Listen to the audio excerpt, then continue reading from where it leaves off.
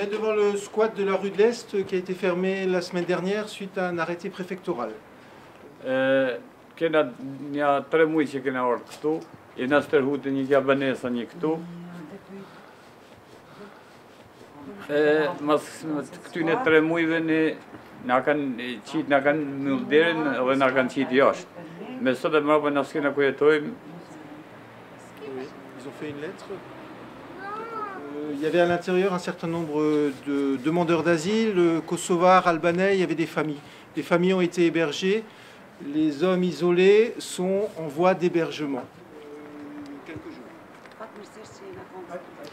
Donc on est avec les demandeurs d'asile qui occupaient ce squat. Et ces demandeurs d'asile, c'est qui exactement finalement? C'est des gens qui, en vertu de la Convention de Genève, qui définit des droits humanitaires à des populations qui ont été... qui subissent des violences ou qui sont menacés, qui ont le droit de demander l'asile. Ce n'est pas des illégaux, c'est des règles de droit international humanitaire qui s'appliquent.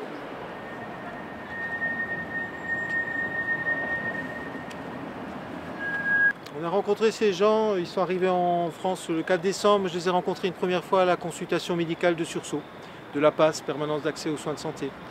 Et ensuite on les a rencontrés à la gare. Ils n'avaient pas d'hébergement. Unë jam pi Bosne, von Srebrenica, martume në Kosovë, Srebrenica ka ndodhur një masakër, genocid ose baba, vllavi, migja, dy dajt, fëmijët e ative.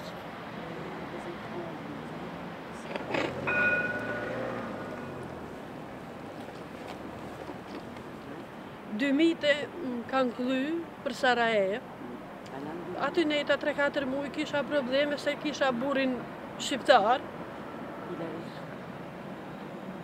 Pi aty shkova në Kosovë. Edhe aty probleme, vazhdimisht probleme. Ti e bosnjake. E pritshim pak ma shumë rikuptim për neve. Me na kuptu pak.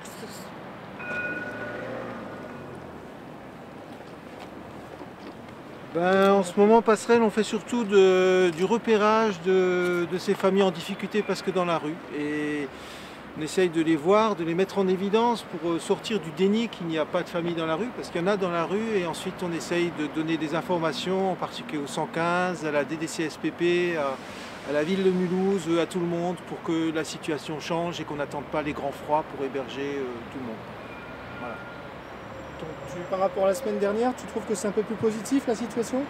Ce qu'on peut remarquer, c'est qu'il y a quelques familles qu'on avait repérées qui ont été hébergées, et même quelques hommes isolés. Et ça, je trouve ça nous encourage énormément. Et d'une certaine manière, on remercie les gens qui entendent finalement cette nécessité absolue.